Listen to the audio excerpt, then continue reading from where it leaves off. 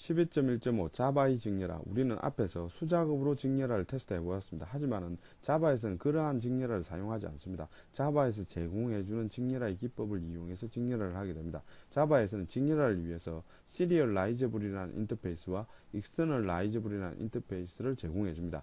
그래서 이 시리얼라이저블 인터페이스 같은 경우에는 직렬화를 위한 클래스에 이것을 구현해 주면 되는데요. 이 시리얼라이저블 내에는 메서드가 하나도 없습니다. 그렇기 때문에 단순히 implement serializable이라고 붙여만 주면 됩니다. 그래서 우리가 클래스를 만들게 되면 이와 같이 myObject라는 이 클래스를 만들고 이 클래스의 객체를 직렬화하고 싶으면 이와 같이 implement serializable 해서 단순히 붙여주기만 하면 됩니다. 그리고 사용자가 직접 직렬화의 방식을 지정하고 싶다면 externalizable이라는 인터페이스를 이용하면 됩니다. 이 externalizable 인터페이스 같은 경우에는 serializable이라는 인터페이스를 상속받아서 더 큰 인터페이스가 되었습니다. 이 인터페이스 같은 경우에는 내부에 write external과 read external이라는 메서드를 두고 있습니다. 이 두 개의 메서드에서 사용자가 직접 데이터를 읽고 기록하는 사용자 전용의 직렬화 방법을 여기서 구현을 하면 됩니다. 그래서 우리가 시리얼라이저블과 익스터널라이저블을 구현한 클래스를 만든다는 의미는 그 클래스로 만든 객체를 저장을 하거나 다시 복원할 수 있는 직렬화와 역직렬화를 구현하겠다는 의미가 됩니다. 12.2 시리얼라이저블 12.2.1 시리얼라이저블. 이번에는 시리얼라이저블 인터페이스를 구현해서 직렬화를 테스트해 보도록 하겠습니다. 일단 시리얼 오브젝트라는 클래스를 하나 만듭니다. 이때 이 클래스로 만든 객체가 직렬화되거나 역직렬화되기 위해서는 여기에 implement serializable이라는 이 표시만 붙여주면 됩니다. 아주 간단하죠. 그래서 이와 같이 시리얼 오브젝트 SO라가 만들면 이 SO라는 객체는 바로 직렬화와 역직렬화가 가능합니다. 그래서 이 implement serializable만 붙여주면은 이 객체가 직렬화와 역직렬화가 가능한 것입니다. 직렬화를 하는 방법을 보면요. 직렬화를 하기 위해서는 오브젝트 인풋 스트림과 오브젝트 아웃풋 스트림을 이용하면 됩니다. 일단 이 SO 객체를 하나 생성을 했고요. 파일 스트림을 하나 개설을 합니다. 파일에 저장을 하기 위해서 파일 스트림을 하나 개설을 하고 이 파일 스트림을요. 우리가 오브젝트 아웃풋 스트림으로 변환을 하고 있습니다. 아웃풋 스트림은 쉽게 아웃풋 스트림으로 변환을 할 수 있기 때문에 이 파일 아웃풋 스트림을 오브젝트 아웃풋 스트림으로 변환해서 이 오브젝트 아웃풋 스트림 위에 라이트 오브젝트를 이용해서 조금 전에 만든 이 객체를 바로 직렬화를 시켜서 저장을 하고 있습니다. 그리고 스트림을 닫아주고 있습니다. 우리가 여기서 볼 것은요. 이 시리얼 오브젝트 자체가 시리얼라이저블이라는 인터페이스를 구현하고 있기 때문에 오브젝트 아웃풋 스트림을 이용해서 라이트 오브젝트로 기록을 할 수가 있는 것입니다. 즉 여기서 직렬화를 할 수가 있는 것입니다. 그리고 역직렬화를 한번 보도록 하겠습니다. 역직렬화 같은 경우에는 일단 파일 인풋 스트림을 하나 개설을 하고 이것을 오브젝트 인풋 스트림으로 변환을 합니다. 그리고 오브젝트 인풋 스트림에 리드 오브젝트란 메서드를 이용해서 라이트 오브젝트 되었던 그 데이터를 바로 다시 복원을 해서 오브젝트로 복원을 하고 있습니다. 그래서 여기서 리드 오브젝트가 바로 역직렬화를 하는 메서드가 되겠습니다. 역직렬화해서 오브젝트형으로 받아내고 있습니다. 역직렬화하면 오브젝트형이기 때문에 이것을 복원을 해야 되겠죠. 그래서 오브제형을 시리얼 오브젝트형으로 다시 캐스팅을 해서 복원을 해주고 있습니다. 그래서 오브젝트 아웃풋 스트림에 라이트 오브젝트로 직렬화를 수행하고 있으며 그리고 오브젝트 인풋 스트림에 리드 오브젝트로 역직렬화를 하고 있습니다.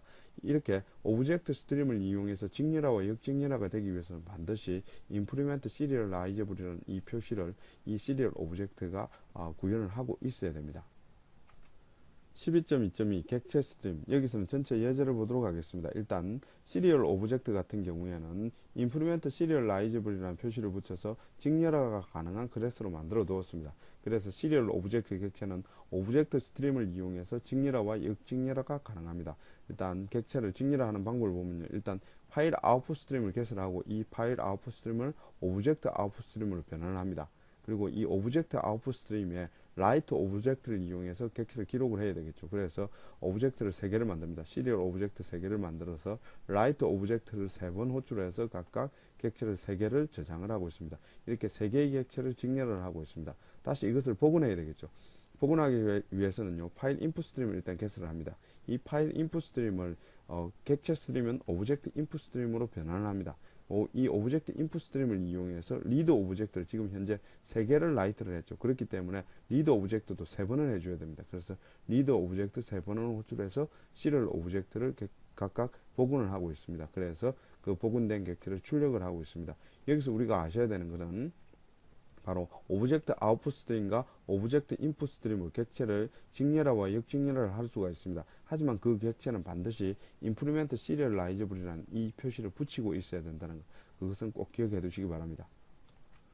12.2.3 트랜시언트, 우리가 implement serializable을 하게 되면은 이 클래스 내에 있는 모든 멤버 변수들은 직렬화되어서 저장이 됩니다. 하지만은 이 멤버 변수들 중에 직렬화하고 싶지 않은 데이터도 있을 것입니다. 그럴 경우에는 이와 같이 트랜시언트라는 키워드를 붙여주게 되면 이 타이틀은 직렬화해서 제외됩니다. 실제 직렬화를 하게 되면 이 두 개의 데이터는 직렬화되어서 들어가고 이 타이틀은 들어가지 않습니다. 그렇기 때문에 실제 복원을 하더라도 이 타이틀 값은 늘 값이 됩니다. 그리고 직렬화의 대상은 멤버 변수들입니다. 멤버 변수들이며 스태틱 멤버 변수 같은 경우에는 직렬화해서 제외됩니다. 그렇기 때문에 스태틱이 아니거나 트랜시언트가 아닌 놈들만이 직렬화의 대상이 되어서 직렬화에 포함이 됩니다.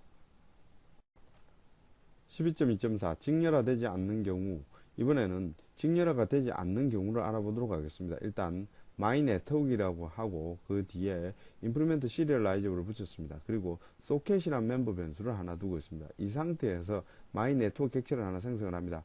myNetwork 객체를 생성하고 바이트 어레이 아웃풋 스트림을 하나 생성을 해서 이 바이트 어레이 아웃풋 스트림을 오브젝트 아웃풋 스트림으로 변환을 하고 있습니다. 오브젝트 아웃풋 스트림을 이용해서 myNetwork 객체를 라이트 오브젝트를 하고 있습니다. 이렇게 하면 직렬화되어서 들어가야 됩니다. 하지만 이것은 직렬화가 되지 않습니다.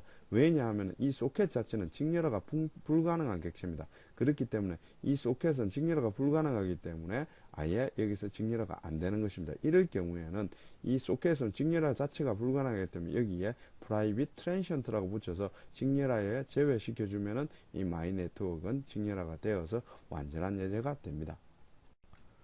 12.2.5 직렬화되지 않는 경우 2, 이번에는 직렬화가 되지 않는 아주 특수한 경우를 알아보도록 하겠습니다. 일단 parent라는 클래스가 있습니다.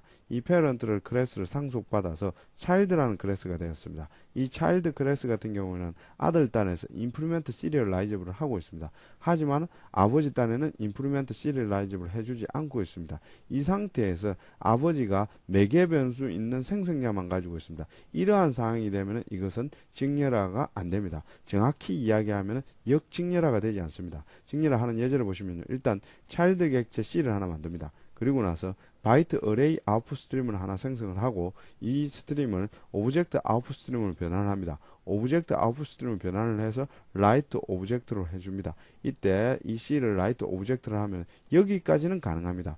하지만은 여기서 다시 역직렬화를 해야 되겠죠. 리드 오브젝트를 하게 되면 이때 아버지의 디폴트 생성자를 이용해서 역직렬화를 하게 됩니다. 그렇기 때문에 여기 디폴트 생성자가 없죠. 그렇기 때문에 여기서는 역직렬화 할 때 에러가 발생하는 것입니다. 이럴 경우에는 여기에 아버지 딴에도 implement serializable을 해주면은 여기서 리드 오브젝트에 에러가 나지 않고 역직렬화가 가능하게 되는 것입니다.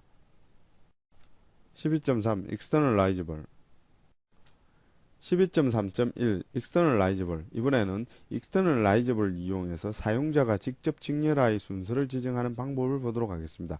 일단 externalizable 구현을 하기 위해서 implement externalizable이라고 하고 있습니다.